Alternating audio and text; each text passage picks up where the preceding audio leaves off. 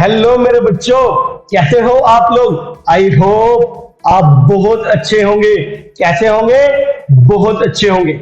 स्वागत है आपका लक्ष्य बैच 2025 में। लक्ष्य बैच 2025 में मैं बच्चों आपको क्लास 10th सब्जेक्ट मैथ कराने जा रहा हूं। आज लक्ष्य बैच 2025 का हम लेक्चर नंबर 1 शुरू करेंगे। लेक्चर नंबर 1 में हम आपको चैप्टर नंबर 1 का इंट्रोडक्शन पार्ट कराएंगे। चैप्टर नंबर 1 का जो नेम है वो क्या है? Real numbers. तो इसका इंट्रोडक्शन पार्ट शुरू करते हैं। इंट्रोडक्शन पार्ट शुरू करने से पहले मैं आपको बता देना चाहता हूं कि फाइनल एग्जाम में जो आपका फर्स्ट चैप्टर है रियल नंबर्स, वो 6 मार्क्स का आएगा। बेटा अगर आप लक्ष्य बैच 2025 के सारे लेक्चर अटेंड कर लेते हो तो आपके 100 में से 100 मार्क्स आने के 100% चांस बन जाते हैं। तो बच्चे शुरू करते हैं हम अपना चैप्टर नंबर 1 जिसका नेम है रियल नंबर्स। इंट्रोडक्शन पार्ट क्या होगा, सबसे पहले इसके बारे में डिस्कस कर लेते हैं। तो थोड़ा सा इसका ओवरव्यू देख लेते हैं क्या है। बेटा इस चैप्टर में हमें सबसे पहले करना क्या है उसके बारे में डिस्कस करेंगे हम। तो यहाँ पर हमने करना है sir fundamental theorem of arithmetic. Fundamental theorem of arithmetic की यहाँ पर हमने डेफिनेशन करनी है और इसका यूज क्या होगा हमने यहाँ पर वो सीखना है। दूसरे नंबर पर हमने क्या करना है? To prove irrationality of irrational number. मतलब कि आपके पास इरेशनल नंबर गिवन होगा और आपको प्रूव करना होगा ये इरेशनल नंबर है। हाँ, मतलब कहने का आपको कहेगा prove that square root 3 is a irrational number. क्या कहेगा वो प्रूव करने के लिए? Square root 2 is a irrational number. वो कहेगा prove that 2 + 5 √2 is a irrational number. वो कहेगा prove that 1/√2 is a irrational number. इस तरह के वो क्वेश्चन आपसे पूछेगा। और बेटा वो आपसे क्या पूछ सकता है? यहाँ पर कुछ नंबर गिवन होंगे, आपको उनका एचसीएफ और एलसीएम निकालने के लिए कहेगा। तो हम फंडामेंटल थ्योरम ऑफ अर्थमेटिक का इस्तेमाल करेंगे और उन नंबर्स का एचसीएफ और एलसीएम निकाल लेंगे। तो फंडामेंटल थ्योरम ऑफ अर्थमेटिक और to prove irrationality of irrational number, इनके क्वेश्चंस करने से पहले कुछ इस चैप्टर का जो बेसिक है उसके बारे में डिस्कस कर लेते हैं। सबसे पहले हम बात करेंगे यहाँ पर टाइप ऑफ नंबर्स की। टाइप ऑफ नंबर्स करने से हमें क्या फायदा होगा? हमारे पास 1 मार्क्स का एक जो क्वेश्चन आएगा वो आप तभी कर पाओगे आपको अगर नंबर्स के बारे में जानकारी होगी। कुछ बच्चे तो 9th क्लास से ही जानते होंगे टाइप ऑफ नंबर्स क्या है। अगर आप जानते हो तब भी आपने एक बार टाइप ऑफ नंबर्स के बारे में जरूर पढ़ना है। तो देखिए बच्चे क्या है टाइप ऑफ नंबर्स। सबसे पहले बात कर लेते हैं हम नेचुरल नंबर्स की। नेचुरल नंबर्स क्या होते हैं? देखिए मेरे बच्चों क्या है इसकी definition. Natural numbers are the numbers that starts from 1 and end at infinity, or the set of the natural number is denoted as capital N। और जो नेचुरल नंबर का सेट होगा वो कैपिटल N से डिनोट किया जाएगा। कोई भी बच्चा ये राउंड ब्रैकेट और ये जो स्क्वायर ब्रैकेट है वो यहाँ पर नहीं डालेगा, यहाँ सिर्फ करली ब्रैकेट ही डालनी है, क्योंकि फिर इस सेट की नोटेशन गलत हो जाती है। ये सब कुछ डीप में जाके आप अगर 11th क्लास में मैथ लोगे वहां पर पढ़ोगे। अभी सिर्फ याद रख लीजिए सेट को हमेशा करली ब्रैकेट के अंदर ही रिप्रेजेंट किया जाता है। अब बच्चों बात कर लेते हैं होल नंबर्स की। होल नंबर्स क्या होते हैं? देखिए बच्चों होल नंबर्स के बारे में, zero along which all natural numbers are together called whole numbers, or the set of whole numbers is denoted as capital W। तो बच्चे क्या है? Zero along with all natural number, यानी कि आपने सारे के सारे तो नेचुरल नंबर लेने हैं, जैसे 1 2 3 4 अप टू इन्फिनिटी, और इनके साथ क्या लेना है, 0। तब ये सारे नंबर क्या कहलाएंगे, आपके होल नंबर कहलाएंगे। और जो होल नंबर का सेट है वो कैपिटल W से डिनोट किया जाता है। इसके बाद बात कर लेते हैं इंटीजर्स की। देखिए बच्चों, क्या है इंटीजर्स, डेफिनेशन क्या है इसकी, देखिए, integers are the set of all whole numbers but it includes a negative set of natural numbers also. मतलब कहने का क्या है कि इसके अंदर सारे के सारे होल नंबर आने वाले हैं। ये आपने होल नंबर लिख दो, 0 1 2 3 4 dash dash dash dash up to infinity. ये आपके होल नंबर्स आ चुके हैं। आगे उसने क्या लिखा हुआ है, it includes a negative set of the natural number. मतलब कहने का, अगर यहां पर मैं -1 -2 -3 dash dash dash dash up to minus के इन्फिनिटी ये सारे नंबर ले लूं, तो ये एक सेट बन जाता है इंटीजर्स का। और जो इंटीजर्स का सेट होता है वो कैपिटल Z से डिनोट किया जाता है। ये सारे नंबर जो देखने में आपको नजर आ रहे हैं, ये क्या है, आपके इंटीजर्स है। हाँ जी मेरे बच्चों, अब बात कर लेते हैं रैशनल नंबर्स क्या है। डेफिनेशन देखिए क्या होगी इसकी, rational numbers are numbers that can be written in the form P upon Q where P and Q are integers and Q not equal to 0। कहने का मतलब है जितने भी नंबर आपके सामने अगर हैं, अगर उनको P upon Q की फॉर्म में लिखा जा सकता है तो वो आपके रैशनल नंबर कहलाते हैं। अगर कोई नंबर पहले से ही P upon Q की फॉर्म में है वो तो रैशनल नंबर होगा ही होगा। तो देखिए मेरे बच्चों, जितने भी इंटीजर्स हैं उन सबको हम P upon Q की फॉर्म में लिख सकते हैं, इसलिए सारे के सारे जो इंटीजर्स हैं इनको हम रैशनल नंबर कहते हैं। अब आपके सामने इंटीजर्स, ये आपके सामने इंटीजर्स बड़े हुए हैं, देखो। अब बात करते हैं कि जो ये इंटीजर्स हैं, इनमें 1 से लेके इन्फिनिटी तक इन नंबर्स को हम क्या कहते थे, इनको हम नेचुरल नंबर्स कहा करते थे, और इनको हम पॉजिटिव इंटीजर्स भी कह देते हैं। अब बात कर लेते हैं 0 से लेके इन्फिनिटी तक, इन नंबर्स को हम क्या कहते थे, होल नंबर। और होल नंबर का दूसरा नाम क्या है, नॉन नेगेटिव इंटीजर। और अब बच्चों ये 0, इस 0 को हम क्या कहेंगे, 0 इंटीजर।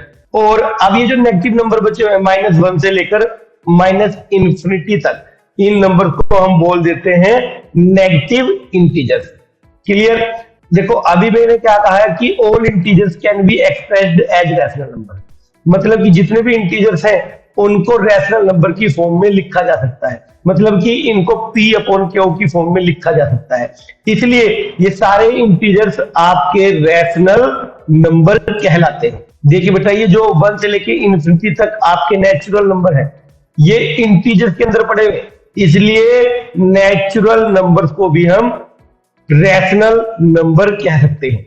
सिमिलरली होल नंबर्स को भी रैशनल नंबर कहा जाता है।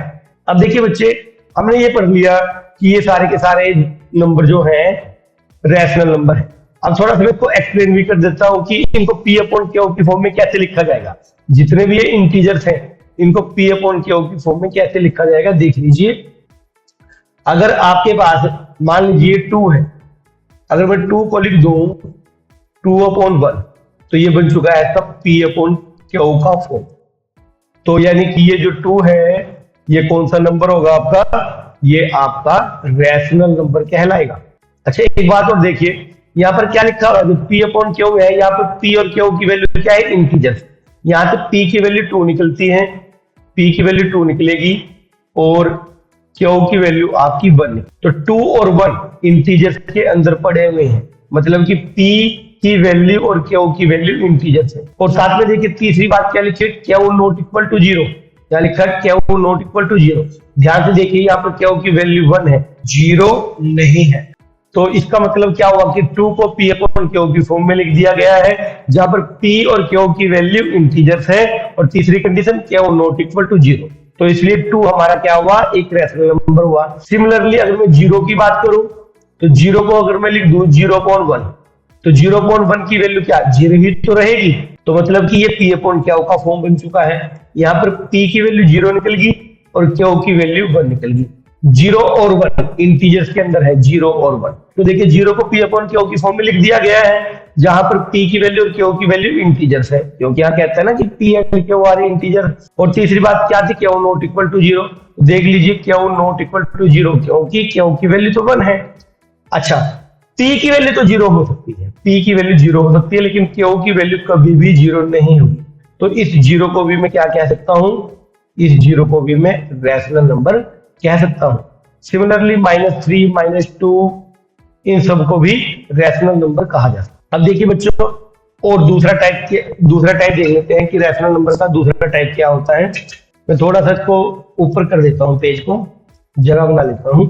मैं थोड़ा सा इसको छोटा कर लेता हूं पहले बच्चों, अगली बातें आपको समझाने के लिए स्पेस बना लेता हूं। देखिए बच्चों, अभी हमने पढ़ा जिन नंबर को P अपॉन Q की फॉर्म में लिख सकते हैं वो सारे रैशनल नंबर कहलाते हैं। तो देखिए बच्चों, अगर मान लो 0.23 आपके पास लिखा हुआ है, इसको लिख सकते हो 23 अपॉन 100, यानी कि ये बन चुकी है P अपॉन Q की फॉर्म। तो इसका मतलब क्या हुआ, 0.23 कौन सा नंबर है, रैशनल नंबर है। सिमिलरली पॉइंट के अंदर जितने भी आपको नंबर मिलेंगे वो सारे के सारे P अपॉन Q की फॉर्म में लिखे जा सकते हैं, क्योंकि हम 0.347 को लिख सकते हैं 347 और डिवाइड में 1000, तो ये बन चुका है P अपॉन Q का फॉर्म।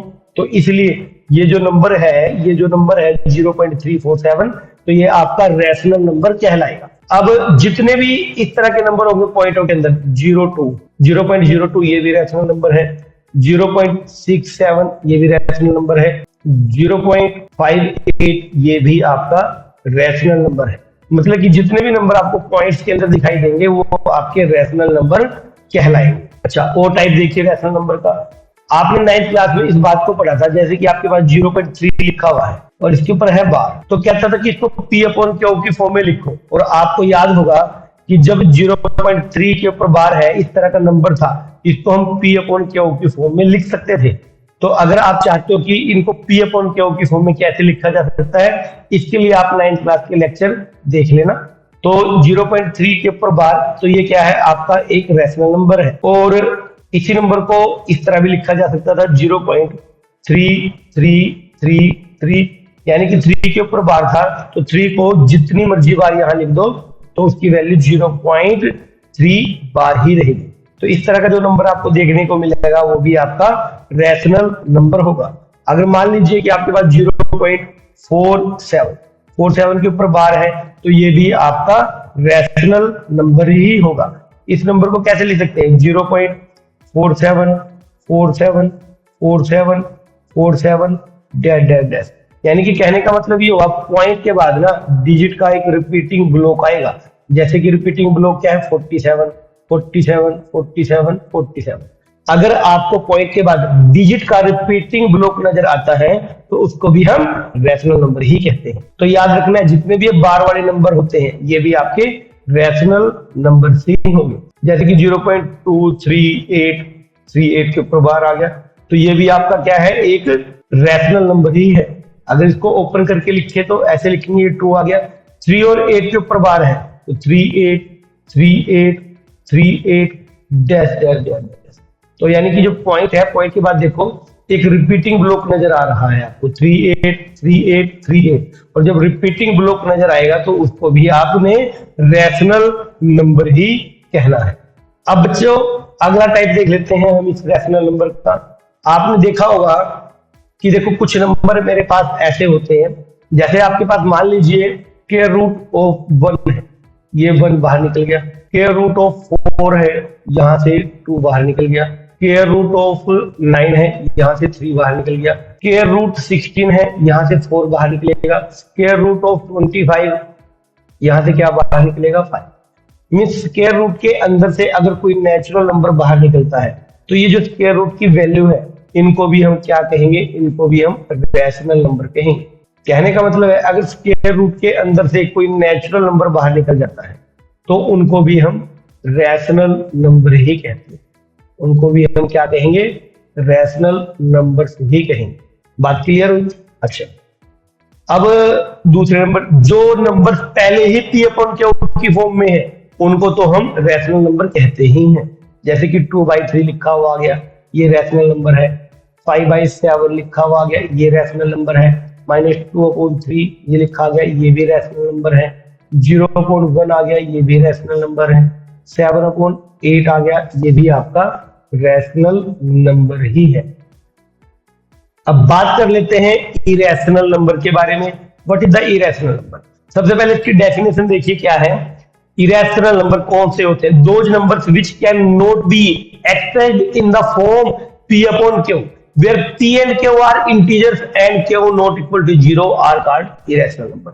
मतलब कि जिन नंबर्स को p upon q की फॉर्म में नहीं लिखा जा सकता वो आपके इरेशनल नंबर कहलाते हैं। अब ये देखने में नंबर कैसे होते हैं? देखो बच्चों, ये जो इरेशनल नंबर है ये देखने में कैसे होते हैं इसकी डिस्कस करता हूं मैं आपके सामने। अगर आपके पास 0.23 और फिर आपने डाल दी एक 0, फिर 23, फिर 20 डाल दी, फिर 23 000 डाल दिया, 23 4 टाइम्स 0 डाल दी, इस तरह का जो नंबर होगा वो, और डैश डैश लिखोगे यहां पर, तो इस तरह का जो नंबर होगा वो आपका इरेशनल नंबर कहलाएगा।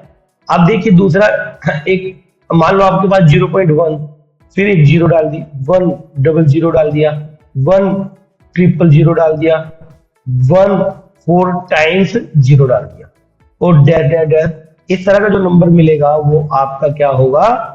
इरेशनल नंबर होगा। मान लो जैसे कि आपके पास 0.238, 01, 001, 0001, 4 टाइम्स 0, फिर 1 डैश डैश डैश डैश, इस तरह का जो नंबर होगा वो आपका इरेशनल नंबर ही होगा। अब देखो बच्चों, मैंने अभी आपको पीछे एक बात बताई थी। आपके पास अगर लिखा आ गया 0.01, 01, 01, 01, 01, 01 डैश डैश, ये कौन सा नंबर है? ये आपका रैशनल नंबर है। अब पहचान कैसे करनी है आपने, तो सुनो मेरी बात। देखो यहां पर पॉइंट के बाद डिजिट का एक रिपीटिंग ब्लॉक नजर आ रहा है। रिपीटिंग ब्लॉक क्या है? 01, 01, 01, 01, 01, 01 रिपीटिंग ब्लॉक है। अगर मैं यहां पर देखूं रिपीटिंग ब्लॉक क्या यहां भी है? नहीं है यहां पर। क्यों? जैसे पहले तो आ गया 230, फिर क्या आ गया आपके पास 2300, यानी कि ये देखो ये तो 230 हुआ और ये कितना हो गया? 2300 हो गया। फिर उसके बाद देखिए 23,000 आया है, मीन्स रिपीटिंग ब्लॉक नहीं है। यहां पर देखिए पहले तो क्या आ गया? 10 आ गया, फिर यहाँ क्या आ गया? 100 आ गया, फिर यहाँ क्या आ गया? 1000 आ गया, फिर यहाँ क्या आ गया? 10,000 आ गया। तो ये रिपीटिंग ब्लॉक नहीं है। जब रिपीटिंग ब्लॉक नजर आएगा तब तो वो कहलाएगा आपका रैशनल नंबर, और जब रिपीटिंग ब्लॉक नजर नहीं आएगा तब उसको कहेंगे इरेशनल नंबर, और रिपीटिंग ब्लॉक अगर नजर आता है तब उसको कहेंगे हम रैशनल नंबर। अभी आपने पढ़ा था square root of 1 equal to 1 था, square root of 4 equal to 2 था, square root of 9 equal to 3 था। मीन्स अगर स्क्वायर रूट से बाहर कोई नेचुरल नंबर बाहर निकलता था उसको हम रैशनल नंबर कहा करते थे। यानी कि जो परफेक्ट स्क्वायर नंबर होते हैं उनका जो स्क्वायर रूट अगर उनके ऊपर डाल दिया जाए तो वो आपका रैशनल नंबर ही कहलाएगा। अब अगर आपके पास कुछ इस तरह के नंबर आ गए, जैसे √2 आ गया, स्क्वायर रूट 2 से कुछ भी बाहर नहीं निकलता, मीन स्क्वायर रूट 2 से नेचुरल नंबर बाहर नहीं निकलेगा, तो इसलिए इस स्क्वायर रूट 2 को हम इरेशनल नंबर के अंदर रखेंगे। सिमिलरली स्क्वायर रूट 3 आपका इरेशनल नंबर होगा, square root of 5, square root of 6, square root of 7, square root of 8, square root of 10, square root of 11, square root of 12, square root of 13, square root of 14।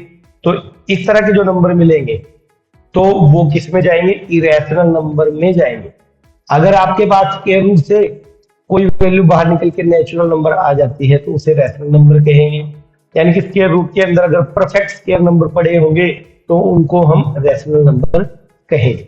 अब कुछ और बात कर लेते हैं हम। देखिए मेरे बच्चों, देखिए पाई की वैल्यू क्या होती है 3.1415925 एंड सो ऑन। मींस पाई की वैल्यू इस तरह ये आगे जाती रही। ई की वैल्यू क्या होती है, ये होती। तो यहाँ पर ध्यान से देखा जाए अगर भी, जो पॉइंट के बाद मुझे कोई भी रिपीटिंग ब्लॉक नजर नहीं आ रहा है, इसलिए इस पाई को हम क्या कहेंगे, इरेशनल नंबर कहेंगे। और ई की वैल्यू ये होती है, यहाँ भी मुझे कोई पॉइंट, यहाँ भी मुझे पॉइंट के बाद कोई रिपीटिंग ब्लॉक नजर नहीं आ रहा है, इसलिए ई को हम क्या कहेंगे, इरेशनल नंबर ही कहेंगे। तो आपके पास अगर कहीं पर भी पाई लिखा हुआ आ गया या ई लिखा हुआ आ गया तो वो आपका इरेशनल नंबर कहलाएगा।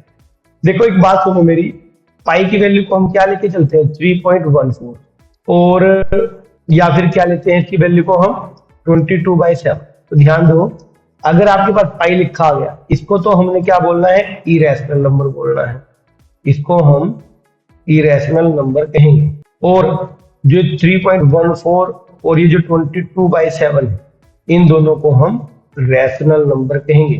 ये बात आपने अच्छे से याद रखनी। अब कहोगे आप भी पाई की वैल्यू 3.14 है और 22/7 है, इसको तो हम 3.14 और 22/7 को तो रैशनल नंबर कहा जा रहा है और पाई को इरेशनल नंबर कहा जा रहा है। क्यों? क्योंकि जो ये पाई की वैल्यू हमने ली है ना 3.14 और 22/7, ये अप्रोक्सीमेट वैल्यू ली है, मींस लगभग लगभग बराबर वैल्यू ली है, पूरी इक्वल नहीं है। क्योंकि देखो ना, ध्यान से देखो, यहां से देखो, ये 3.14 इतनी वैल्यू ली है, आगे की वैल्यू तो नहीं उठाई, मतलब कि पाई की वैल्यू को लगभग लिया गया है।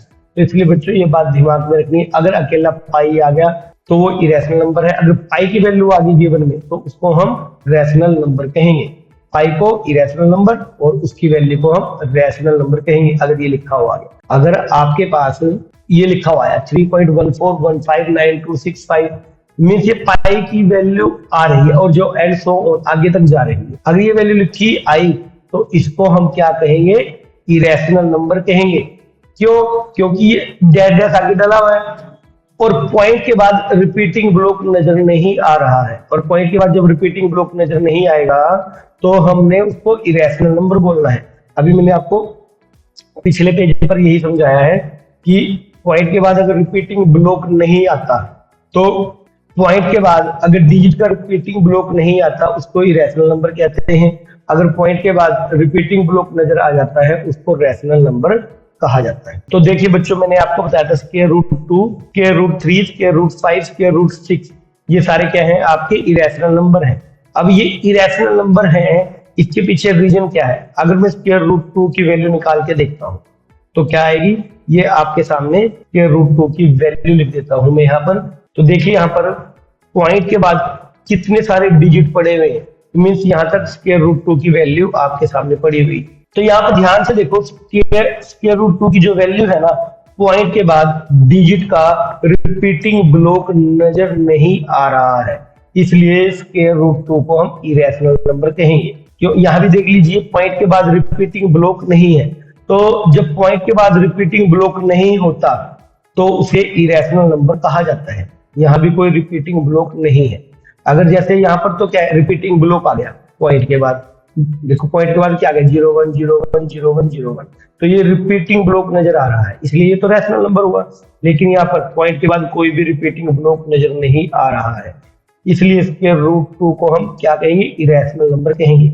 अगर मैं इसी तरह √3 की वैल्यू को लिखूं, ये √3 की वैल्यू आ गई, तो यहाँ भी देखिए पॉइंट के बाद डिजिट का रिपीटिंग ब्लॉक नजर नहीं आ रहा है, इसलिए √3 भी कौन सा नंबर हुआ, आपका इरेशनल नंबर है। अब देखिए बच्चों, थोड़ा सा और पढ़ लेते हैं रैशनल और इरेशनल नंबर के बारे में। उसने क्या कहा है आपको, the sum and the difference of the rational number and irrational number is always irrational. वो कह रहा है कि अगर आपके पास एक तो रैशनल नंबर है, एक आपके पास रैशनल नंबर है और एक आपके पास इरेशनल नंबर है, तो उनका जो सम और उनका जो डिफरेंस होगा वो आपका इरेशनल नंबर ही होगा।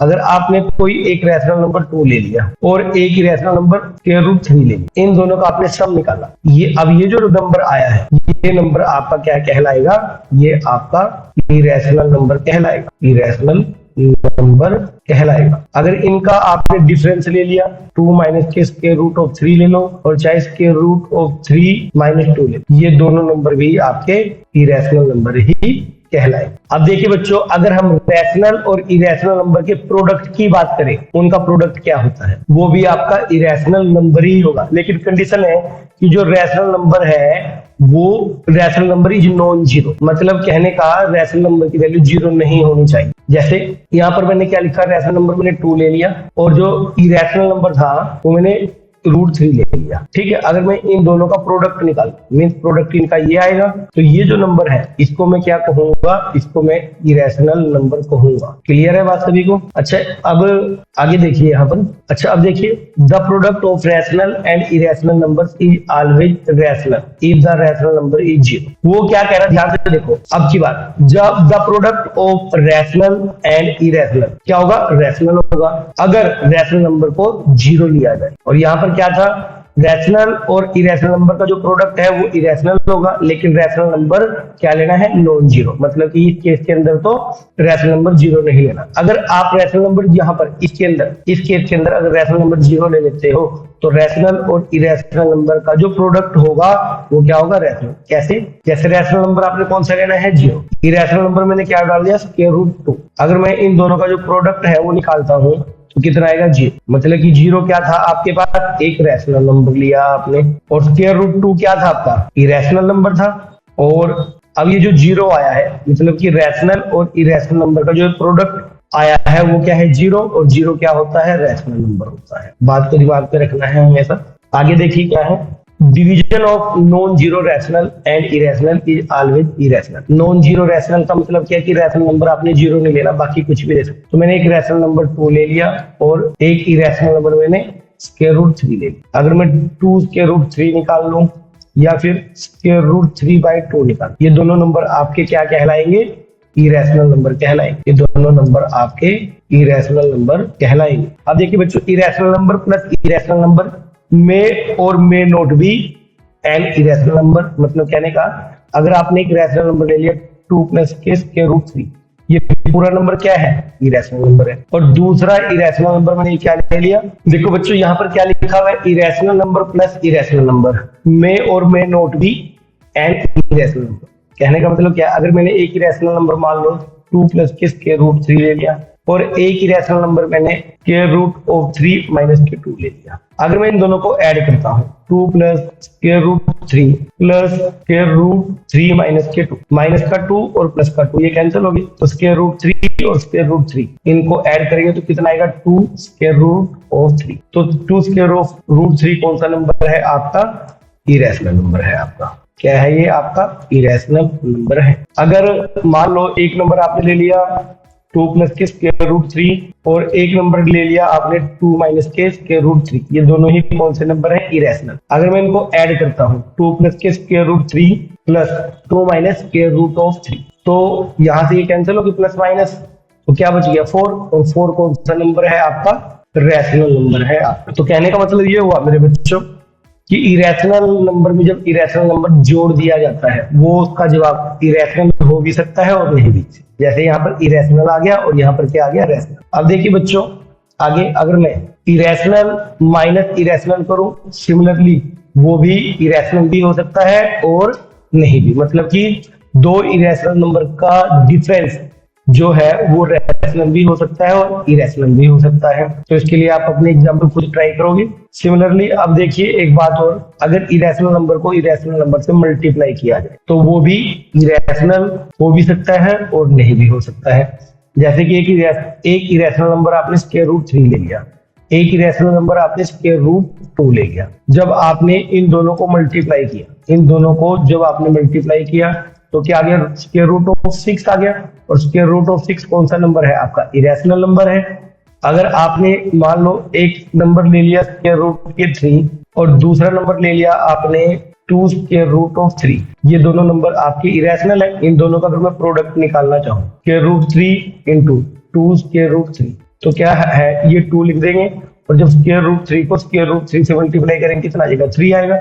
ये 6 आ गया और 6 कौन सा नंबर है आपका, रैशनल नंबर है। तो यानी कि कहने का मतलब इरेशनल नंबर को जब इरेशनल नंबर से मल्टीप्लाई किया जाता है तो आपका जवाब इरेशनल हो भी सकता है और नहीं भी। मतलब कहने का इरेशनल को इरेशनल से मल्टीप्लाई करने पर इरेशनल भी आपका जवाब हो सकता है और रैशनल भी आपका जवाब हो सकता है। सिमिलरली अगर मैं बात करूं इरेशनल नंबर को जब इरेशनल नंबर से डिवाइड करेंगे तो वो रैशनल या इरेशनल कुछ भी हो सकता है।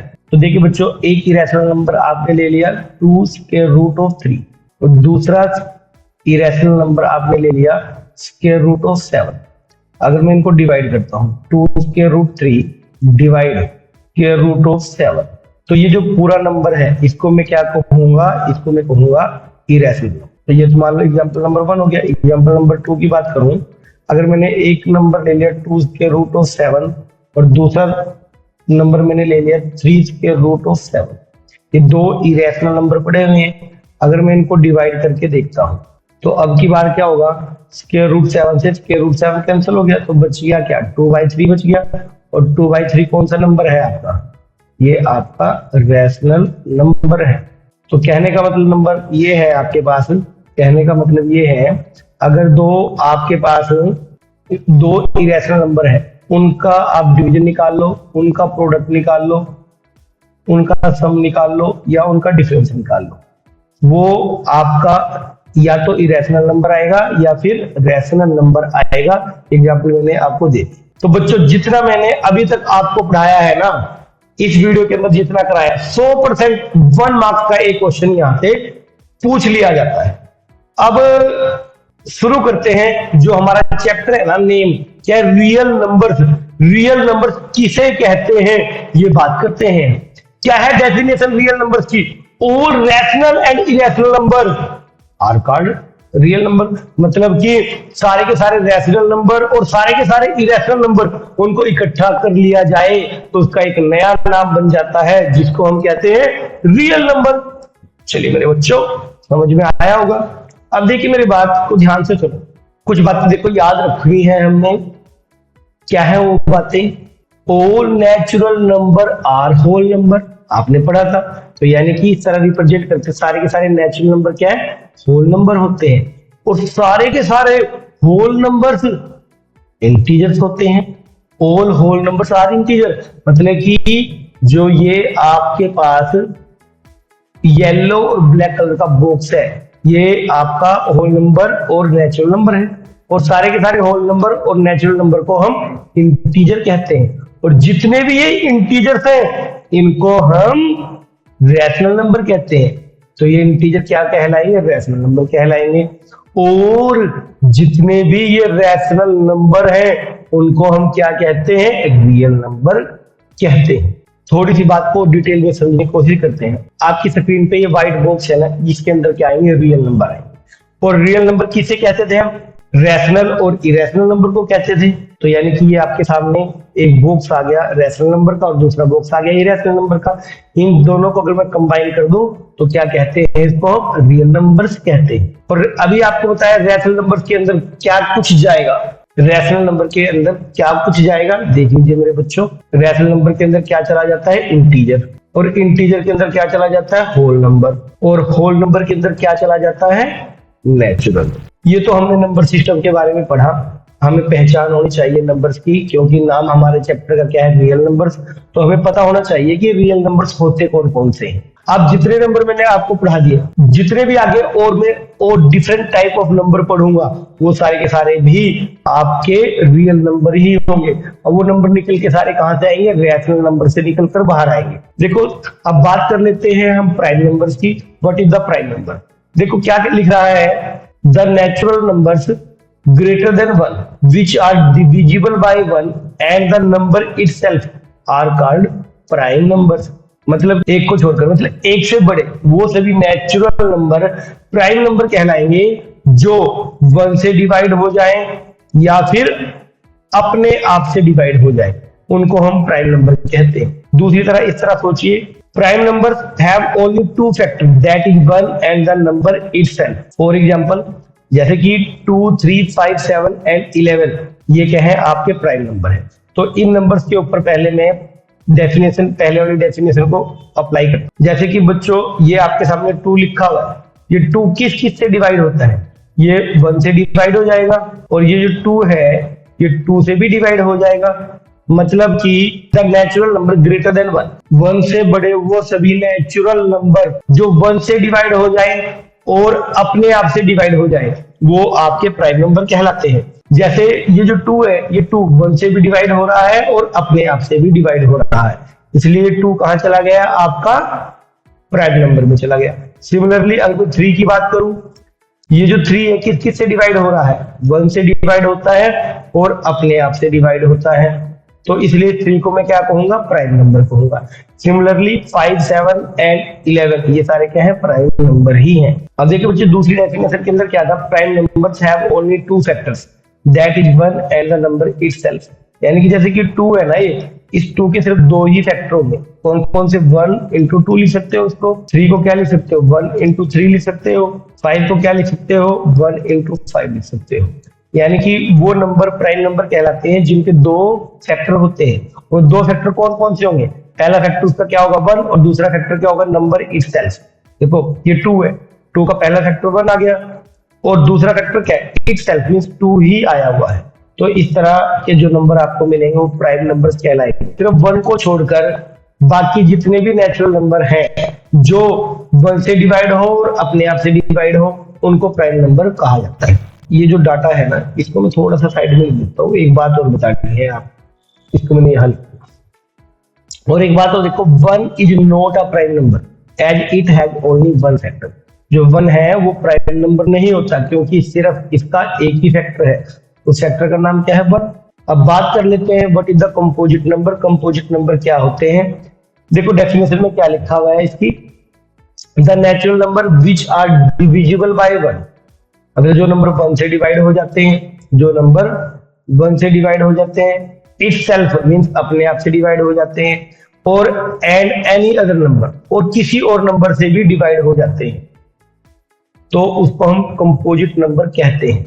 दूसरी डेफिनेशन क्या होगी, एक composite number has more than 2 factors. Example की बात करते हैं, क्या होंगे इसके एग्जांपल, जैसे 4 6 8 9 10 ये सारे क्या है, कंपोजिट नंबर हैं।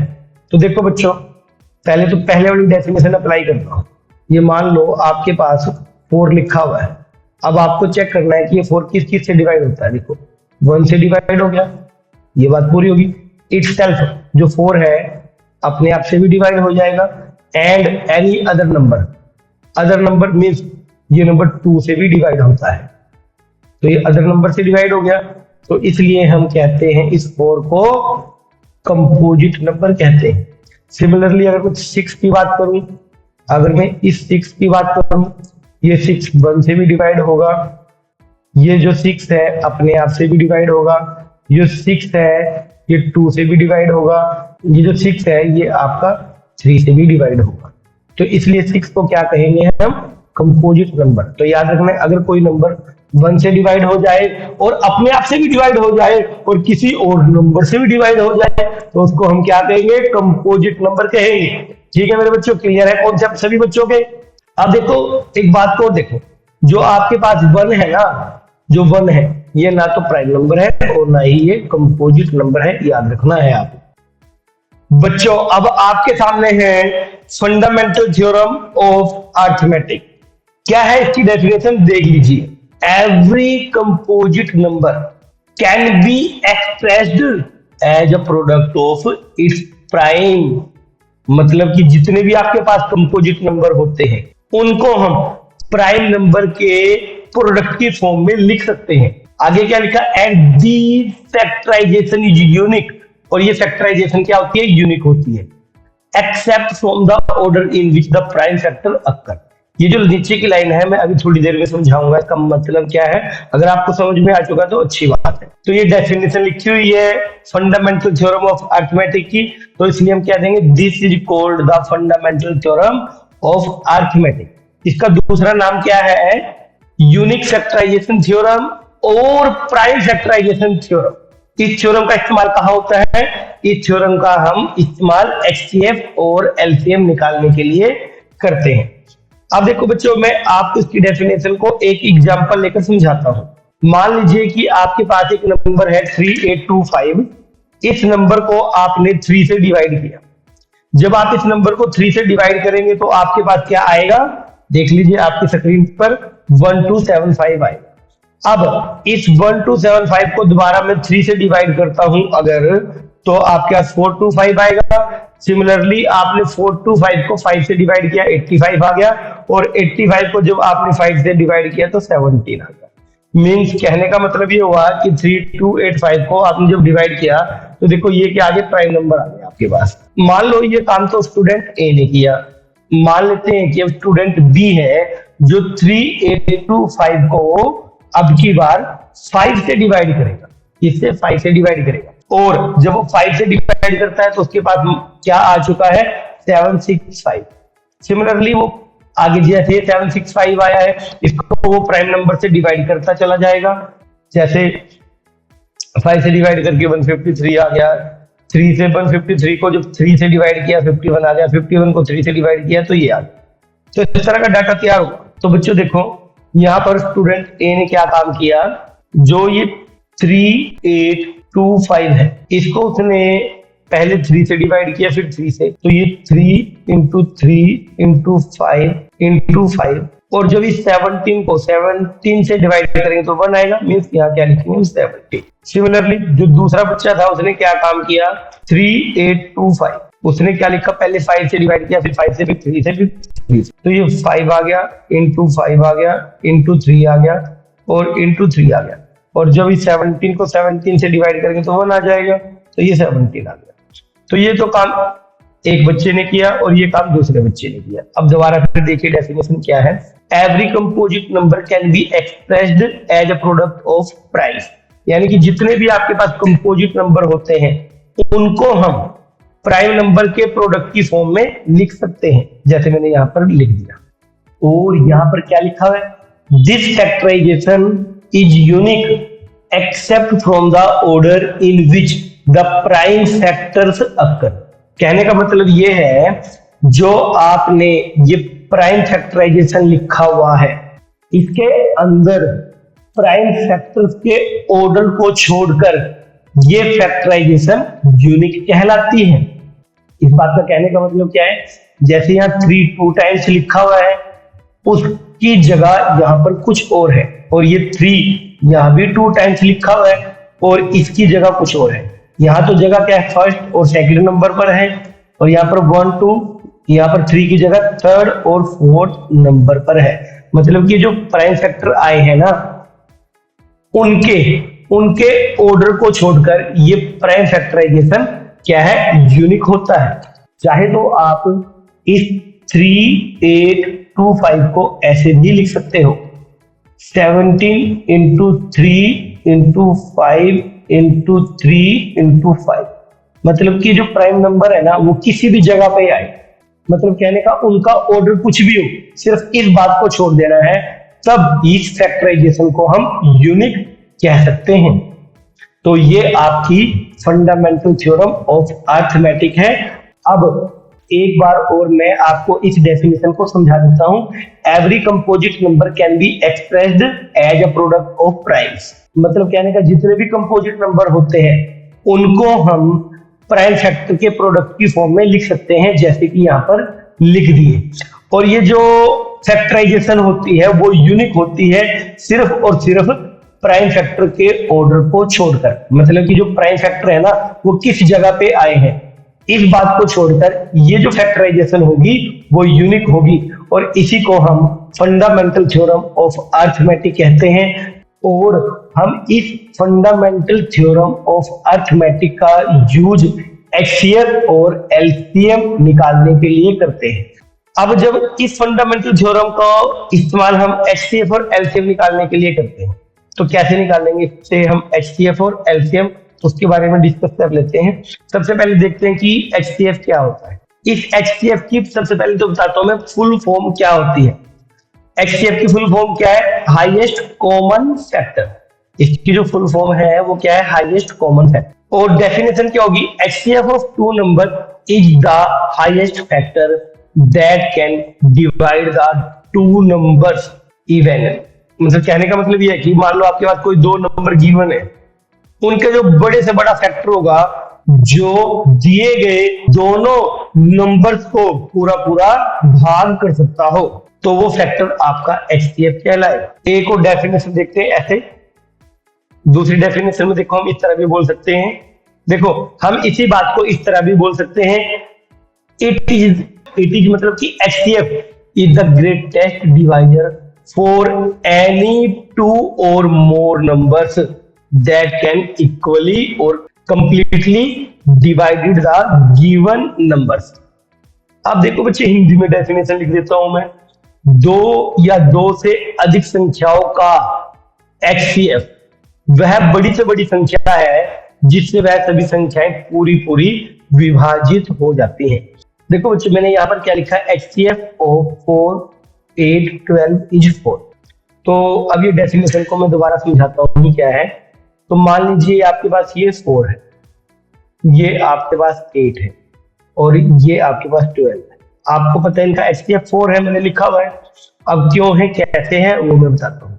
अब ये 4 देखिए किस किस नंबर से डिवाइड होता है, ये 1 से डिवाइड होगा, ये 2 से भी डिवाइड होगा और ये 4 से भी डिवाइड होगा। और ये जो 8 है वो किस किस से डिवाइड है, 1 से डिवाइड होगा, 2 से डिवाइड होगा, 4 से भी डिवाइड हो जाएगा और 8 से भी डिवाइड हो जाएगा। अब ये जो 12 है ये 1 से भी डिवाइड होगा, ये 2 से भी डिवाइड होगा और ये 3 से भी डिवाइड होगा, ये 4 से भी डिवाइड होगा और ये 6 से भी डिवाइड होगा और ये 12 से भी डिवाइड होगा। तो इनमें एक बात देखिए, ये जो 4 है, ये जो 4 है, ठीक है, ये जो 4 है वो बड़ी से बड़ी संख्या है जो इन तीनों नंबरों को डिवाइड कर रही है। देखो ये जो 4 है, ये जो 4 है, ये 4, 8 और 12 को कंप्लीटली डिवाइड करेगी। मतलब कि ये 4 बड़ी से बड़ी संख्या है जो 4, 8 और 12 को कंप्लीटली डिवाइड कर रही है। इसलिए इन तीनों नंबर्स का HCF क्या होगा, आपका 4 होगा। तो यही डेफिनेशन लिखी हुई है हमने कि दो या दो से ज्यादा अगर नंबर आपके पास गिवन है तो उनका HCF वो बड़ी से बड़ी संख्या है जिससे वो दोनों या तीनों संख्याएं पूरी पूरी भाग हो जाती है। अब एक और एग्जांपल से लेकर मैं आपको HCF बताता हूं। देखो मैंने लिखा हुआ है HCF ऑफ 12 एंड 15 इज 3। तो देखो जैसे कि मान लो ये आपके पास 12 गिवन है और ये आपके पास 15 गिवन है। अब देखो ये जो 12 है ये क्या होगा, 1 से भी डिवाइड हो जाएगा, 2 से डिवाइड होगा, 3 से डिवाइड होगा, 4 से डिवाइड होगा, 6 से भी डिवाइड होगा और 12 से भी डिवाइड होगा। और ये जो 15 है आपका 1 से डिवाइड होगा, 3 से डिवाइड होगा, 5 से डिवाइड हो जाएगा और ये 15 से भी डिवाइड हो जाएगा। लेकिन अब देखिए इन दोनों के अंदर देखो 12 और 15 की जो मैंने फैक्टर लिखी है, इनके अंदर 3 एक ऐसा नंबर है जो इन दोनों को डिवाइड कर रहा है। लेकिन ध्यान से एक बात और देखिए, ये 3 बड़े से बड़ा नंबर है, मतलब कि लार्जेस्ट नंबर है ये 3 जो 12 और 15 को कंप्लीटली डिवाइड कर रहा है। 3 से बड़ा कोई भी नंबर आपको यहाँ पर नजर नहीं आएगा जो 12 और 15 को डिवाइड करेगा। इसलिए 3 आपका क्या होगा, 12 और 15 का HCF होगा। तो सिंपल सी बात ये होती है, HCF क्या है, जब आपके पास दो या दो से ज्यादा संख्याएं दी होंगी, जब आपके पास दो या दो से ज्यादा नंबर गिवन होंगे, आपको उनका HCF निकालना होगा। तो उनका HCF क्या होगा, वो बड़ी से बड़ी संख्या होगी जो उन दिए गए दोनों या तीनों नंबर को पूरा पूरा भाग करती है। अभी बच्चों आपने क्या देख लिया, 12 और 15 का HCF 3 आ चुका है और 4, 8, 12 का HCF 4 आ चुका है। और इसको निकालते कैसे हैं वो मैं अभी आपको एक एग्जांपल से समझाऊंगा, लेकिन उससे पहले देख लीजिए कि LCM क्या होता है। What is the LCM? LCM क्या है मेरे बच्चों, ध्यान से देखिए डेफिनेशन इसकी। The LCM of 2 or more numbers is the smallest value that is evenly divisible by the given numbers। कहने का मतलब वो छोटी से छोटी वैल्यू LCM कहलाएगी। कहने का मतलब ये है कि दो या दो से ज्यादा नंबर की LCM वह छोटी से छोटी वैल्यू है जो दिए गए नंबर जो है उनसे कंप्लीटली डिवाइड हो जाती है। अब एग्जांपल लेके भी समझाऊंगा इस बात को मैं आपको। The full form of the LCM क्या है, लीस्ट कॉमन मल्टीपल, या फिर हम इसकी फुल फॉर्म को ऐसे भी रीड करते हैं, लीस्ट कॉमन डिवाइजर। एलसीडी का मतलब भी एलसीएम ही होता है। तो एलसीएम को full form least common multiple, ये एलसीडी का मतलब लीस्ट कॉमन डिवाइजर। अब देखो हिंदी में डेफिनेशन क्या है इसकी मेरे बच्चों, लिख लेता हूं मैं। देखो सुनो, दो या दो से अधिक संख्याओं का लघुत्तम समापवर्तक, मतलब कि इसका जो एलसीएम क्या है, वह छोटी से छोटी संख्या है जो उन संख्याओं से पूरी पूरी विभाजित हो जाती है। अब एग्जांपल से बात को समझते हैं हम क्या है। देखो सुनो, मान लो आपके पास 4 और 5 का एलसीएम 20 आ गया, यानी कि जो 20 है ना, ये वो छोटी से छोटा नंबर है जो 4 और 5 से कंप्लीटली डिवाइड हो जाता है। मतलब कि ये 20 को अगर आपने 4 से डिवाइड किया तो क्या आ गया, रिमाइंडर 0, ठीक है। और या फिर इस 20 को जब आपने 5 से डिवाइड किया तो रिमाइंडर क्या आ गया, 0। तो मतलब ये हो गया कंप्लीटली डिवाइड। तो यानी कि एलसीएम क्या था आपका, वो छोटी से छोटी संख्या है, वो छोटी से छोटी संख्या है जो 4 और 5 से पूरी पूरी भाग हो जाती है। कहने का मतलब ये है एलसीएम किन्हीं दिए गए नंबरों की वो छोटी से छोटी संख्या होती है जो दिए गए नंबरों से कंप्लीटली डिवाइड हो जाती है। जैसे 4 और 5 का एलसीएम 20 है, तो 20 वो छोटी से छोटी संख्या है जो 4 और 5 से कंप्लीटली डिवाइड है। सोच के देखिए 20 से छोटा कोई नंबर है आपके पास जो 4 और 5 से कंप्लीटली डिवाइड हो जाए, नहीं है। तो इसलिए वो छोटे से छोटा नंबर सिर्फ 20 ही है। तो इसलिए 4 और 5 का एलसीएम कितना होगा, 20। अब यहां पर देख लीजिए 4, 8 और 12 है ये आपके पास। तो 24 वो छोटी से छोटी संख्या है, वो छोटे से छोटा नंबर है जो 4, 8 और 12 से कंप्लीटली डिवाइड हो जाता है। आई होप आपको एलसीएम भी समझ आ चुका होगा। अब मैं आपको एक एग्जांपल के साथ लेकर एचसीएफ और एलसीएम दोनों में थोड़ा सा डिफरेंस बताता हूं क्या है। तो ये कुछ मैंने डिफरेंस लिखे हुए हैं एचसीएफ और एलसीएम के बारे में। आप वीडियो पे यहीं पर रोककर इसको पढ़ लीजिए, आपको समझ में आ जाएगा। अब देखिए एक एग्जांपल लेते हैं हम यहाँ से। तो बच्चे देखिए यहाँ पर हमें 90 और 144 का एचसीएफ और एलसीएम निकालना है।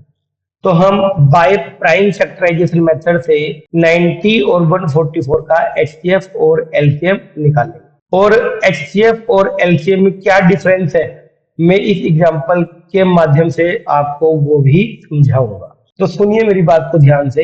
तो देखिए बच्चों, ये आपके पास दो नंबर है 90 और 144। मैं इनके फैक्टर कर लेता हूँ पहले। तो ये 90 है आपके पास, 90 के मैं फैक्टर करता हूँ। देखो कितने भी जाएगा, ये 2 पे करते हैं अगर इसको डिवाइड, ये कितना आ जाएगा 45। अब 45 को 3 से डिवाइड करो तो ये कितना आएगा 50। फिर आप इसको 3 से डिवाइड करो, ये कितना आएगा 15 को जब 3 से डिवाइड करोगे 3 5 जा 50। फिर इस 5 को 5 से डिवाइड करेंगे तो कितना आएगा 1 आएगा। सिमिलरली ये जो 144 है, जो ये 144 है, इसको आपने 2 से डिवाइड करो। 2 7 जा 14 और 2 2 जा 4। 2 से डिवाइड करेंगे तो 2 3 जा 6 और 2 6 जा 12। फिर 2 से डिवाइड करो, 2 1 जा 2 और 2 8 जा 16। फिर इसको 2 पे डिवाइड करो तो ये कितना आएगा 9। फिर 9 को 3 से डिवाइड करेंगे तो कितना आ जाएगा 3। अभी 3 को 3 से डिवाइड करेंगे तो कितना आएगा 1। इसका सोल्यूशन देख लो कैसे करना था। ये जो आपके पास 90 था और ये जो आपके पास 144 था, आपने क्या देखा, ये क्या आ चुका है 2 3 की पावर 2 इंटू 5 इक्वल टू, ये जो 144 है ये क्या आ चुका है आपके पास, देखो 1 2 3 4, 2 की पावर 4 इंटू 3 की पावर 2, ये आ चुका है आपके पास। तो आपने 90 और 144 का एचसीएफ और एलसीएम निकालना था। तो देखिए बच्चों, इन दोनों नंबर का एचसीएफ क्या होगा, एचसीएफ ऑफ 90 एंड 144 और एलसीएम ऑफ 90 एंड 144। देखो बच्चे कैसे ध्यान में रखना है, आपने क्या करना है। देखो इन दोनों नंबर में क्या है, 2 कॉमन है। यहाँ 2 की पावर कितनी है 1 और यहाँ पर कितनी है 2 की पावर 4। जो पावर कम होगी उसे तो लिखोगे एचसीएफ के अंदर, और जो पावर ज्यादा होगी तो उसे लिखोगे एलसीएम के अंदर। अब देखो 3 की पावर 2 और 3 की पावर 2 दोनों में पावर सेम है, तो ये वाला जो नंबर है ये दोनों जगह पर लिखा जाएगा। मीन्स एचसीएफ में भी लिखा जाएगा और एलसीएम में भी लिखा जाएगा। अब यहाँ पर टू और थ्री के अलावा कोई और कॉमन फैक्टर नहीं है, तो HCF वाला तो काम खत्म। 3 की पावर 2, 9, 9 टू 80, तो इसका HCF कितना आ गया 80। और एलसीएम के अंदर क्या ध्यान रखना है आपने, अब ये जो बचा हुआ नंबर है ना आपके पास, ये जो बचा हुआ नंबर 5 है, उसको आपने एलसीएम के अंदर लिखना है। अब देखिए यहां से क्या होगा, 2 की पावर 4 कितना होता है, देखो ना, 2 इंटू 2 इंटू 2 इंटू 2, 2 टू जा 4, 4 टू जा 8, 8 टू जा 16 इंटू 3 की पावर 2 कितना होगा 9, और ये कितना है आपका 5। 16 को 5 से मल्टीप्लाई करेंगे जब इन दोनों को, तो कितना आ जाएगा 80, और 80 और 9 को जब मल्टीप्लाई करेंगे तो कितना आएगा 72, और ये जीरो साथ में लिख देंगे हम, तो यानी कि एलसीएम कितना आ गया इसका 720, यानी कि एलसीएम कितना आ गया 720। देखो बच्चों, अभी आपने एचसीएफ और एलसीएम निकालना सीख लिया कैसे निकालते हैं। अब जो एचसीएफ और एलसीएम की डेफिनेशन में डिफरेंस है मैं वो आपको समझा देता हूं। तो पहले मैं डेफिनेशन लिख लेता हूं। देखो बच्चों, एचसीएफ की डेफिनेशन क्या थी, HCF is the greatest divisor for any two or more numbers that can equally or completely divide the given numbers। मतलब कि HCF वो बड़े से बड़ा डिवाइजर है जो 90 और 144 को कंप्लीटली डिवाइड करता है। ऐसा 18 से बड़ा कोई भी ऐसा नंबर नहीं है आपके पास जो 90 और 144 को कंप्लीटली डिवाइड करे। सोच के देख लो, आपके दिमाग में 18 से बड़ा कोई भी नंबर नहीं आएगा जो 90 और 144 को कंप्लीटली डिवाइड करता हो। डेफिनेशन क्या कहती है एचसीएफ की, कि वो बड़े से बड़ा डिवाइजर एचसीएफ कहलाएगा जो दिए गए दोनों नंबर्स को कंप्लीटली डिवाइड करता हो। क्लियर है। अब बात कर लेता हूं एलसीएम की। देखो एलसीएम क्या है आपके पास, the LCM of any two or more numbers is the smallest value. The LCM of any two or more numbers is the smallest value that is evenly divisible by given numbers। मतलब कहने का क्या है यहाँ पर कि LCM वो छोटे से छोटी वैल्यू होती है जो दिए गए नंबर से कंप्लीटली डिवाइड हो जाती है। जैसे हमने 90 और 144 का एलसीएम निकाला, वो कितना आ गया 720, तो ये 720 ये ऐसी स्मॉलेस्ट वैल्यू है जो 90 और 144 से कंप्लीटली डिवाइड हो जाती है। 720 से छोटी आपके पास कोई भी वैल्यू नहीं ऐसी होगी जो 90 और 144 से कंप्लीटली डिवाइड हो जाए। आई होप आपको ये एचसीएफ और एलसीएम का कॉन्सेप्ट क्लियर हो चुका होगा। अगर आपको क्लियर नहीं हुआ तो आप कुछ और एग्जांपल उठाओ और उनके ऊपर डेफिनेशन को अप्लाई करके देखिए, तो एचसीएफ और एलसीएम का आपके दिमाग में कॉन्सेप्ट अच्छे से क्लियर हो जाएगा। Thank you very much. अब हम एक्सरसाइज 1.1 करते हैं।